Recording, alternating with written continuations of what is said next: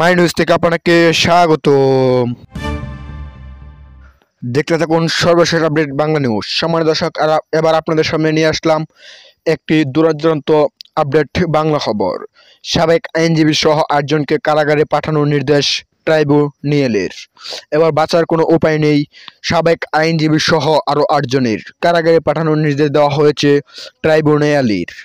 এই নিয়ে আজকের প্রতিবেদনটি, তাই দেরি না করে দেখতে থাকুন সম্পূর্ণ ভিডিওটি।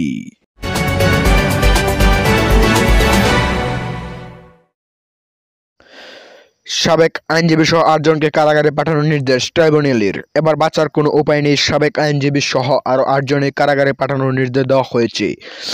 জুলাই আগস্টের গণ আন্দোলনকালীন মানববিরোধী অপরাধের মামলায় পুলিশের সাবেক মহাপরিদর্শন আইজিপি চৌধুরী আবদুল্লাহ আল মামুন সহ 8 জনকে কারাগারে পাঠানোর নির্দেশ দিয়েছেন আন্তর্জাতিক অপরাধ ট্রাইব্যুনাল। পাশাপাশি আগামী 19 ডিসেম্বর তাদের বিরুদ্ধে মামলা তদন্ত প্রতিবেদন দেওয়ার নির্দেশ দিয়েছেন ট্রাইব্যুনাল।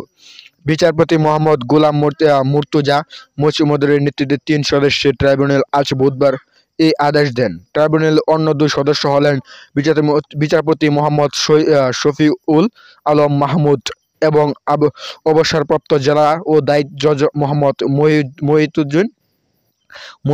মহিতুল হক এনাম চৌধুরী।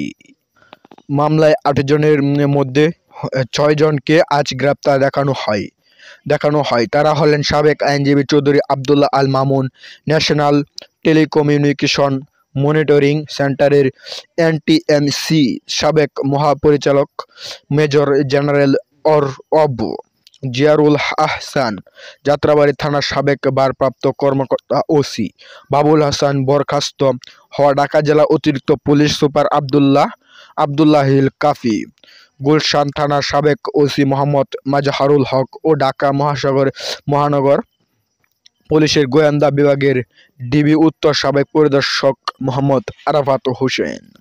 মামলার আগে গ্রেপ্তার ছিলেন ডিএমপির মিরপুর বিভাগের সাবেক উপকমিশনার ডিসি জসিমউদ্দিন মোল্লা ও ঢাকা জেলা পুলিশের সাবেক অতিরিক্ত সুপার সাভার মার্কেলের মোহাম্মদ শহীদুল ইসলাম।